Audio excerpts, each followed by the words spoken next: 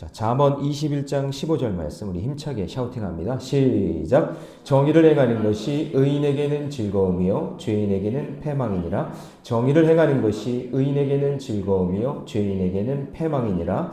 정의를 행하는 것이 의인에게는 즐거움이요 죄인에게는 패망이니라. 잠언 21장 15절 말씀. 아멘. 할렐루야. 네, 오늘 함께 읽은 귀한 말씀을 가지고 정의가 충만한 사람이란 제목으로 하나님 말씀 함께 나누겠습니다. 잠언 21장은요. 읽다 보면 마치 시편 1편에 읽는 것 같은 느낌이 들어요. 그래서 왜냐하면 악인의 길, 의인의 길 이렇게 이야기하고 있거든요. 그래서 인간의 길이 어떤가, 하나님을 믿는 길이 어떤가 이렇게 비교하면서 대조하면서 그렇게 보여줍니다. 인간의 길은 겉으로는 넓은 길이고 그리고 편한 길 같고 지름길 같고 그렇게 보이지만 하나님이 동행하지 않아요. 그래서 그 길은 멸망의 길이고 그리고 하나님의 길은 어떤 길인가요? 좁은 길이고 고난의 길이고 생명의 길이지만 하나님이 거기 함께 하시기 때문에 우리를 복되고 생명의 길로 인도해 주시는 줄 믿습니다. 그리고 잠언 21장은요. 인간의 길로만 가면 훗날 하나님 앞에 어떤 평가를 받게 된다라는 그 평가에 대한 내용도 나와요. 그래서 통치자가 하나님 말씀대로 하지 않으면 어떻게 평가를 받고 또 정의와 공의를 행하지 않으면 어떤 평가를 받고 게으름과 악행을 저지르며 살면 어떤 결과를 받는다라는 그러한 결과에 대한 내용들도 나오고 있습니다. 그래서 잠언 21장은요. 인간의 계획이 아닌 하나님의 주권 그것이 삶의 승패를 좌우한다. 그래서 정의롭게 살아야 된다. 말씀에 순종하며 살아야 된다라는 그런 이야기를 하고 있는 겁니다. 그래서 특별히 오늘은 정의가 충만한 사람, 이게 어떤 사람인지를 한번 살펴볼 건데요. 성경에 의라고 나오면 그 의는요, 히브리 말로 체데카라고 해요. 뭐라 한다고요? 체데카, 제데카라고도 얘기하는데 체데카라고 하는데 의는 무조건 하나님과 인간의 관계입니다. 의가 나오면 무조건 하나님과 인간의 관계를 이야기하는 거예요. 그러면 정의는 뭐예요? 정은 바른 정자잖아요. 하나님과 인간의 바른 관계를 이야기한다라고 보면 됩니다. 그러니까 단순히 정의 그러면 어떤 법적인 그런 용어가라기보다는 그런 용어가 이전에 하나님과 우리의 관계. 예를 들어서 우리가 하나님을 창조주라고 부르면 우리는 그분의 피조물이고 그분이 우리의 목자가 되시면 우리는 그분의 양이고 그분이 우리의 신랑이면 나는 그분의 신부가 되는 그런 관계를 이야기한다라는 거예요. 그게 중요하죠. 그래서 이런 관계를 바르게 깨닫고 그 관계에 맞는 그런 하나님과의 관계를 잘 맺으면서 신앙생활을 해야 된다라는 것이겠죠. 그래서 정의가 충만한 사람은요. 하나님과의 관계가 좋은 거예요. 할렐루야. 네. 정의가 뭐라고요? 하나님과 관계가 좋은 거예요. 그래서 여러분 이게 그렇잖아요. 형제들도 의가 있다 그러잖아요. 의 좋은 형제. 의 좋은 형제라는 말은 뭐예요? 형제의 관계가 좋은 거잖아요. 그죠? 예, 그런 의미가 담겨져 있는 거죠. 그래서 첫 번째로요. 하나님과의 관계가 좋잖아요. 그러면 오늘 성경은 즐거움이 넘친다 이렇게 말해요. 자, 15절 말씀 같이 읽습니다. 시작. 정의를 행하는 것이 의인에게는 뭐예요? 즐거움이요. 죄인에게는 패망이니라. 그러니까 왜 즐겁죠? 그러니까 왜 즐겁다는 거예요? 하나님과의 관계가 좋으니까. 그러니까 여러분 관계가 안 좋으면 어때요? 그 사람이 내 옆에 있으면 불편하죠. 불편한 거예요. 그러니까 하나님과 함께 하기를 좋아하고 예배 드리기를 좋아하고 기도하기를 좋아하고 아멘 좀 해보세요. 관계가 안 좋아가지고 그냥 말이야. 관계가 좋으면 같이 있는 게 좋잖아요. 그러니까 예배 드리는 게 기쁘고 감사하고 기도하고 말씀 묵상하는 게 행복한 거예요. 근데 관계가 안 좋으면 불편한 거예요. 예배가 불편하고 기도 듣는 게 불편하고. 예. 그래서 정의의 반대는요. 하나님과의 관계가 끊어진 거예요. 근데 성경은 하나님과의 관계가 끊어졌다라는 걸 뭐라 하냐면 죄라고 얘기하는 거죠. 그러니까 정의는요. 죄랑도 관련이 되어 있는 겁니다. 결국 구원받지 못한 인생은 정의롭지 못해요. 왜냐? 죄로 인해서 하나님과의 관계가 끊어졌기 때문에 단절됐기 때문에. 그래서 이런 하나님과의 관계가 끊어진 사람들의 모임을 뭐라고 표현하냐면 16절이 참 재밌어요. 같이 읽습니다. 시작. 명철의 길을 떠난 사람은 어떻대요? 사망의 회중에 거하느냐. 사망의 회중. 여러분 이 표현을 잘 보셔야 돼요. 그래서 하나님과 관계가 끊어진 사람들, 그리고 한 가정에서 함께 사는 게 관계가 끊어진 것, 그걸 뭐라 하냐면 사망의 회중에 있다라고 얘기한단 말이에요. 그래서 여러분, 신앙의 일치를 이루지 못하고 관계가 끊어지면 그것처럼 불편한 게 없잖아요. 그래서 19절 말씀 같이 읽습니다. 시작. 다투며 성내는 여인과 함께 사는 것보다 광야에서 사는 것이 나으니라. 그러니까 신앙의 일치를 이루지 못하고 하나님과의 관계를 이루지 못하는 불편한 관계, 뭔가 좀 이렇게 어색하고 좀 뭔가 어울리지 못한 이런 관계가 있으면 아유 그냥 혼자 광야에서 사는 게 낫다, 그런 얘기죠. 그런 얘기하고 있는 거예요. 그래서 여러분, 신앙의 일치라는 것, 이게 단순하게는 같은 종교를 믿는 것이라고 할 수 있겠지만 더 깊이 생각해 보면 뭐냐면 각 개인이 하나님과 얼마나 친밀한 관계를 하고 있느냐, 이게 또 중요한 거겠죠. 예. 그래서 여러분, 온 가족이 정말 하나님과의 관계를 잘 맺고 신앙의 일치를 이루시기를 축복합니다. 그러므로 그 가정에 아무리 보배와 기름이 많아도요, 하나님과의 관계가 바르지 못하면 하루아침에 삼켜버린다. 자, 20절 같이 있습니다. 시작. 지혜 있는 자의 집에는 귀한 보배와 기름이 있으나 미련한 자는 이것을 다 삼켜버린다. 그러니까 하나님과 관계가 끊어진 자, 죄로 인해 미련한 자, 이런 자는 지금 뭐 보배가 많고 집에 무슨 기름이 가득 있어도 그거 하루아침에 다 없어진다. 그렇게 얘기하는 거예요. 그러므로 여러분, 하나님의 백성은 하나님과의 바른 관계로 살아갈 때 그 가정이 즐거움이 넘치게 될 줄로 믿습니다. 그래서 여러분, 사울 왕이 망한 이유가 뭐예요? 사울 왕이 망한 이유는 하나님과의 관계가 끊어진 거예요. 왜냐하면 하나님이 뭐라 그랬냐면 아말렉을 진멸하라 했죠. 진멸이 뭐예요? 헤렘이 뭐예요? 헤렘. 다 끝내는 거예요. 다 죽여야 되는 거예요. 그게 하나님의 명령이란 말이에요. 근데 그 말씀을 어겼어요. 관계가 끊어진 거죠. 죄를 진 거죠. 그러니까 좋은 거 다 뒤로 빼놓고, 그리고 자기가 챙길 거 다 챙기고, 그래서 사무엘이 와가지고 이거 왜 그러냐 그랬더니 이거 뭐 하나님께 드리려고 그런 거라고 그렇게 변명하잖아요. 관계가 끊어진 거죠. 그래서 사울 왕이 왕자의 자리에, 왕위의 자리에서 물러날 수밖에 없었던 것은 바로 하나님과의 관계가 끊어진 사건 때문이에요. 여러분, 오늘 내가 하나님과의 관계가 어떤지를 보세요. 사람과의 관계도 보지만 내가 먼저 하나님과의 관계, 그것이 더 중요해요. 하나님과의 관계를 잘 맺으면 하나님의 성품과 인격을 얻을 수가 있어요. 그분과 관계가 좋으니까. 그래서 하나님과의 관계를 맺는 게 목사님, 그것보다 그냥 세상의 관계를 잘 맺고 세상의 사람들과 잘 친하게 지내고, 물론 그것도 필요해요. 물론 그것도 다 필요하지만 먼저 중요한 게 하나님과의 관계예요. 이 관계가 끊어지면 다른 건 전부 다 의미가 없어지는 거예요, 나중에는. 죄로 인해서. 그래서 신실한 하나님과의 관계가 정말 중요하다. 그거를 정이라고 이야기한다라는 거예요. 어떤 한 청년이 저에게 먼저 있던 교회에서 저한테 간증을 하는데, 회사에서 여러 가지 일을 하는데 이게 공평하게 이제 받는 뇌물이 있었대요. 좀 잘 좀 받아라고 하면서 이렇게 봉투 주고 뭐 이러는 거.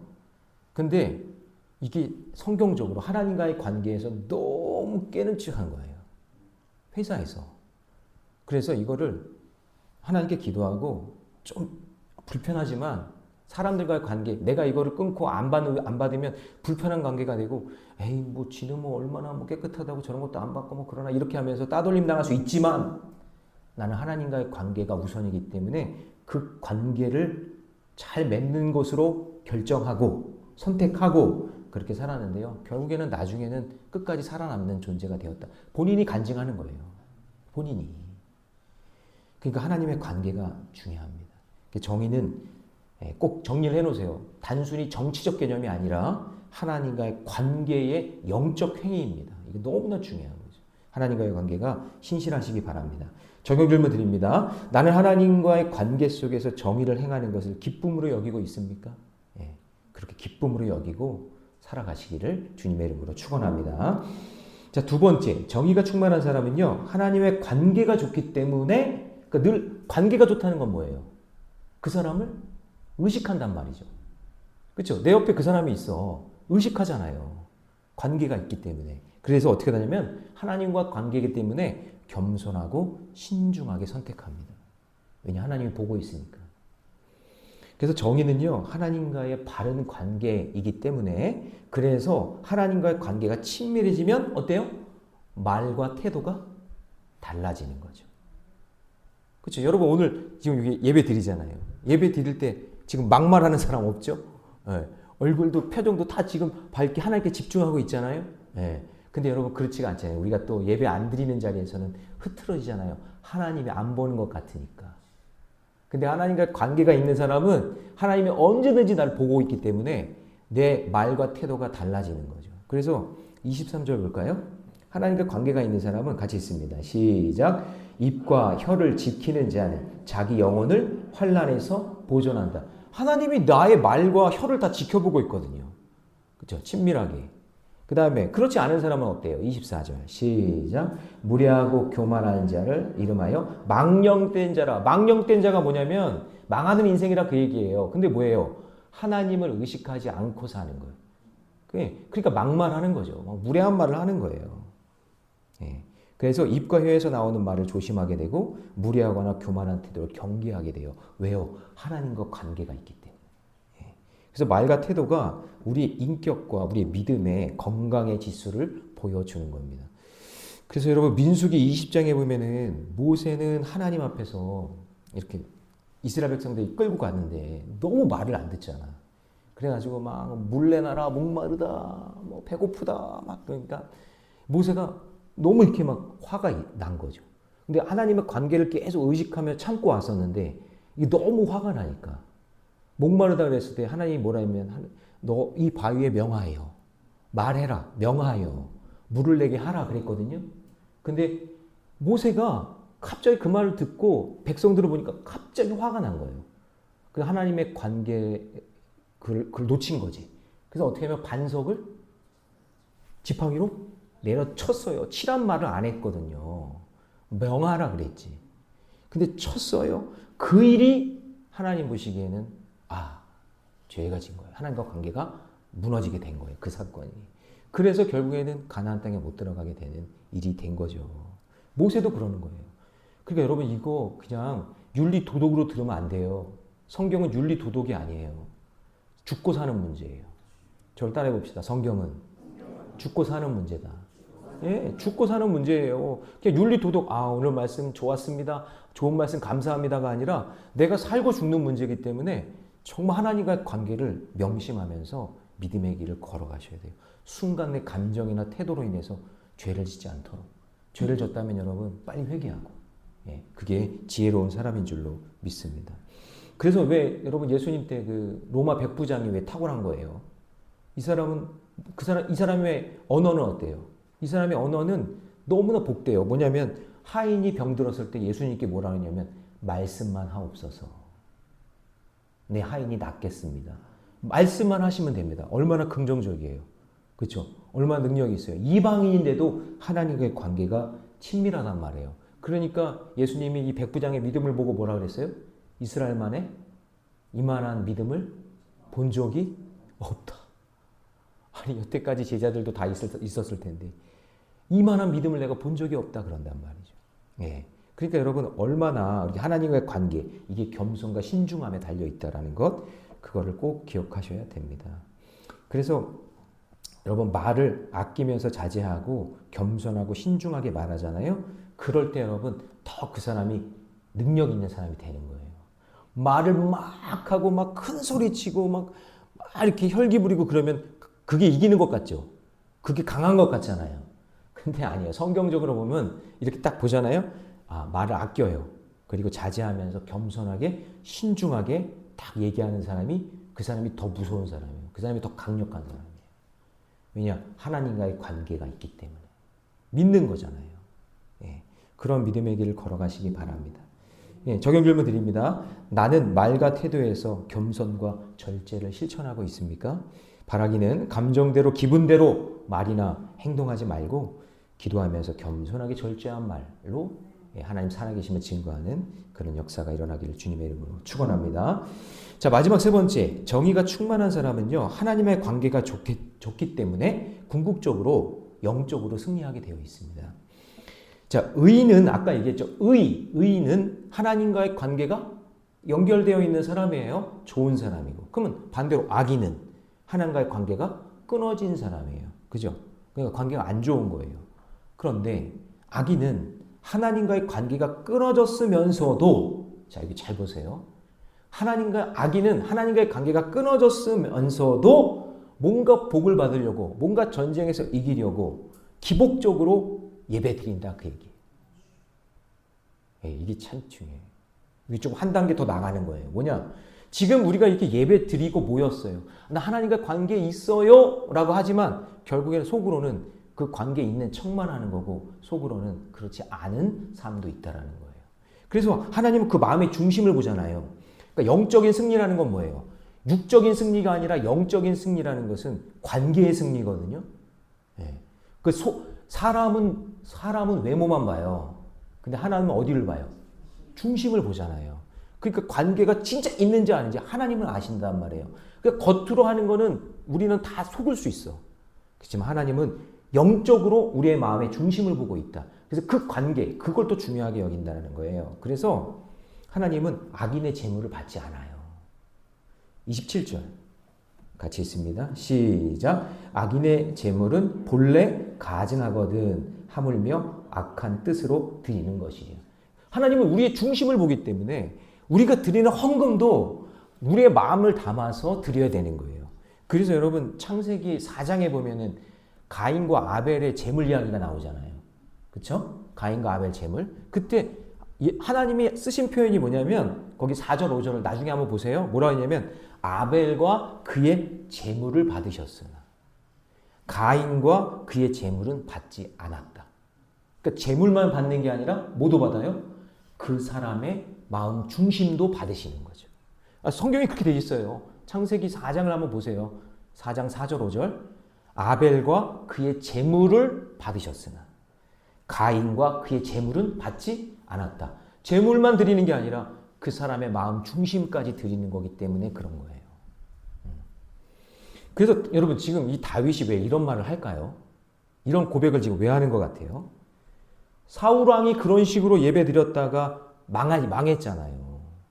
자기 마음대로 그냥 예배 드려버리고 엉망으로 해버리고. 그러니까 그렇게 드려버리는 걸 봤기 때문에 망한 이유를 알기 때문에 27절에서 악인의 재물은 본래 가증한 겁니다. 하나님은 중심을 보시니까 우리의 마음을 다하여 드려지는 그 예물을 받으신다. 그래서 의인은요, 전능하신 하나님과 관계가 연결되어 있기 때문에 어떤 영적인 전쟁에서도 여러분 승리하게 됩니다. 자, 30절 같이 있습니다. 시작. 지혜로도 못하고 명철로도 못하고 모략으로도 여호와를 당하지 못하니라. 하나님은 중심을 보기 때문에 겉으로 뭐하고 지혜 같고 명철한 것 같고 능력 있는 것 같아도 이기지 못한다. 31절 시작. 사울 나를 위하여 마병을 예배하거니와 이김은 누구에게 있다? 예, 이거를 안 거죠. 다윗은 겉으로 그렇게 하는 게 아니라 내 마음의 중심을 알고 있기 때문에 그 마음의 중심과 하나님의 관계가 맞은 사람은 하나님이 반드시 이기게 하신다. 예, 그래서 여러분 인간의 지혜나 힘이 아니라 하나님과의 좋은 관계가 승리의 열쇠입니다. 그게 정의예요. 그게 정의예요. 뭐 경찰서 가면은 사회 정의 구현 이렇게 나왔을 때 그런 정의가 아니라 성경이 말하는 정의는 뭐라고요? 하나님과의 관계. 여러분 오늘 이것만 딱 정리해놔도 정말 귀한 은혜가 될 거예요. 그래서 복음주의자인 팀 켈러 목사님은 우리의 철저한 준비가 중요하지만 우리가 외적으로 준비한 스펙, 관계, 세상적인 관계 이런 것도 중요하지만 참된 승리는 언제나 하나님의 손에 달려있다. 이 얘기는 뭐예요? 하나님과의 관계에 달려있다라고 이야기하는 거죠. 적용 질문 드립니다. 나는 모든 싸움의 결과를 하나님께 맡기고 있습니까? 바라기는 내 능력만 의지하지 말고 기도와 말씀으로 승리하고 하나님께 좋은 관계로 의탁하며 기도드릴 때 여러분에게 참된 승리를 맛보게 하실 줄로 믿습니다. 자, 말씀을 정리합니다. 정의로운 이 즐거움, 참된 정의는 무엇일까요? 정의가 충만한 사람은 하나님의 관계가 좋다. 그 사람에게 즐거움을 주신다. 그리고 그 사람은 겸손과 신중함으로 살아가고 그리고 영적 전쟁에서 승리할 수 있다. 한 문장으로 만들 수 있겠죠. 그렇게 살아가는 저와 여러분이 되시기를 주님의 이름으로 축원합니다. 기도하겠습니다. 사랑의 하나님, 오늘 우리에게 지혜의 말씀을 주셔서 감사합니다. 정의를 행하는 기쁨을 누리며 살게 하시고 겸손과 절제를 우리의 삶에 심어주시고 모든 싸움과 승리를 주님께 맡기는 믿음을 허락해 주시옵소서. 게으름을 버리고 신중하게 말하게 하여 주시고 그리고 날마다 하나님의 도우심을 구하며 사는 주의 백성 되게 해 주시옵소서. 특별히 오늘 세상 가운데 살아갈 때에 어떤 영적 전쟁 앞에서 먼저 무릎 꿇고 하나님께 기도하게 하여 주시고 하나님과의 관계가 그것이 정의이고 그것이 승리의 원동력이라는 것을 잊지 말고 늘 말씀과 기도로 살아가는 우리 모래님께 모든 성도들 되게 해 주시옵소서. 사랑해 주님 귀한 예물 드립니다. 세상 일은 넉넉히 감당하되 분주하지 않고 영적으로 부지런하여 하나님의 뜻을 이루며 살아가는 귀한 삶 되게 하여 주옵소서. 김영진 목사, 김은희 사모 드립니다. 생명의 존귀함을 가르쳐 주시고 자살 예방의 열정을 갖고 힘쓰지 않는 것에 회개하게 하시니 감사합니다. MTS 더불어 교육부 여호수아가 예수님을 주인으로 왕으로 만나기를 원합니다. 김엘리사 전사님 귀한 예물 드립니다. 하나님께서 이 예물을 받아주시고 흠량하여 주시고 응답되게 하여 주옵소서. 이 모든 말씀 우리 주 예수님의 이름으로 기도하옵나이다. 아멘.